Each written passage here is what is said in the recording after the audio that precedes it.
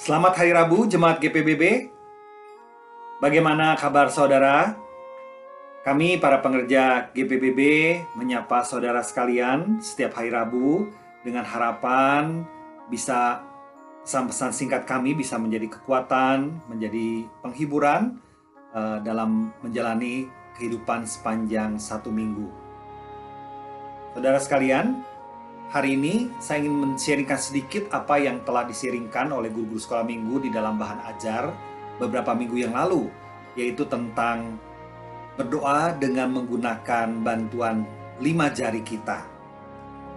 Hal ini dipopulerkan oleh Paus Fransiskus, ya sudah cukup lama, dan ini cukup populer karena memudahkan kita dalam kita mendisiplin diri untuk berdoa, khususnya mengenai topik-topik apa saja yang harus kita doakan. Tentu bukan doa untuk diri sendiri saja, tetapi untuk yang lain. Mari kita mulai. Yang pertama, kita berdoa dengan jari kita, ibu jari ya. Jempol kita ini adalah mengingatkan kita untuk mendoakan, karena kalau kita letakkan seperti ini, posisi tangan kita untuk berdoa, maka yang terletak di paling dekat dengan diri kita. Dengan demikian kita mendoakan orang-orang yang dekat dengan kita, keluarga kita, teman kita, orang-orang yang sedang ingin kita perhatikan di saat ini. Doakan mereka. Yang kedua adalah jari telunjuk. Ini dari yang menunjuk-nunjuk adalah untuk mengingatkan kita berdoa kepada orang-orang yang menjadi otoritas di sekeliling kita. Kita bisa berdoa untuk mereka yang mengajar kita, guru, pendeta, pengerja, ataupun kita mendoakan mereka yang sifatnya otoritatif ya.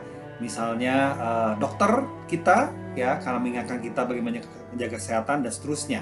Doakan mereka yang otoritatif kepada kita. Dan yang ketiga adalah jari yang paling tinggi ya, yaitu jari tengah. Mereka adalah untuk mengingatkan kita mendoakan para pemimpin kita. Baik pemimpin misalnya masyarakat, pemerintah, pemimpin organisasi di mana kita mungkin bekerja, ya, dan bahkan juga di gereja tempat kita beribadah. Doakan mereka. Mereka sangat membutuhkan dukungan kita di dalam berdoa.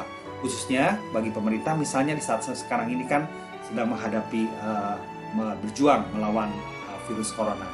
Yang berikutnya adalah jari manis. Walaupun namanya jari manis, tetapi secara fisik, kalau misalnya guru piano tahu, secara medis juga ini adalah ada datanya, jari manis ternyata merupakan jari paling lemah di antara kelima jari. Ini untuk mengingatkan kita mendoakan orang-orang yang lemah.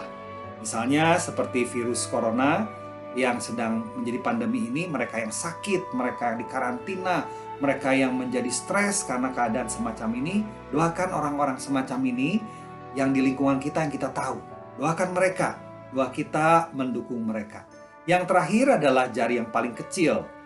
Karena paling kecil itu untuk mengingatkan pada kita ini adalah yang paling kecil ya. Doakan juga diri sendiri, karena kalau kita kuat, kita sehat, kita baik, kita mengalami Tuhan, maka kita bisa menjadi berkat juga bagi orang lain. Karena itu saya mengingatkan sekali lagi, mari berdoa dengan alat ini. Semoga ini menolong karena praktikal dan simple, tetapi bisa menolong kita mengingat apa saja yang baiknya kita doakan. Mendoakan untuk orang-orang yang dekat dengan kita, mendoakan orang-orang yang otoritatif kepada kita seperti guru ya, para pengerja mungkin ya, mereka yang mempunyai otoritas kepada kita. Kemudian kita doakan orang-orang yang di atas kita yang menjadi leader, yaitu pemerintah ya, misalnya pimpinan-pimpinan gereja ataupun organisasi yang kita bekerja. Doakan mereka, doakan orang-orang yang lemah ya, karena jari manis adalah jari paling lemah. Mereka yang sakit, mereka yang terlupakan, terabaikan, dan tentu yang terakhir kita juga mendoakan diri sendiri. Jari kelingking.